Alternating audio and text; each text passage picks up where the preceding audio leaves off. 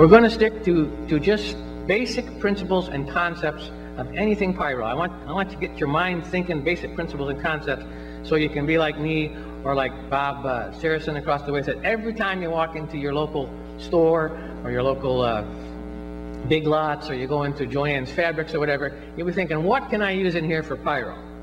Okay? You know, I mean, this has been the story of my life. You know, every time I come across a paper tube, it goes in my pocket. You know, I got junk here that's probably at least 20 years old. Okay, so sometimes it's not so useful, but that's the way we are. We just kind of grab stuff and do it. The other thing that I really want to stress, as far as I'm concerned, pyro is art. Okay, it's not a science. I mean, when you get out your scale and you weigh it, the composition, and you bring your press down to whatever PSI, etc., that's science. But that doesn't make your rocket, and that doesn't make your shell. That's only part of it. And the art portion of the pyro is why sometimes something works and sometimes it doesn't.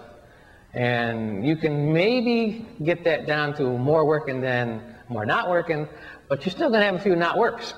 So this really is an art. And if you notice on my outline, for example, you can make green probably with 400 or 500 different formulas.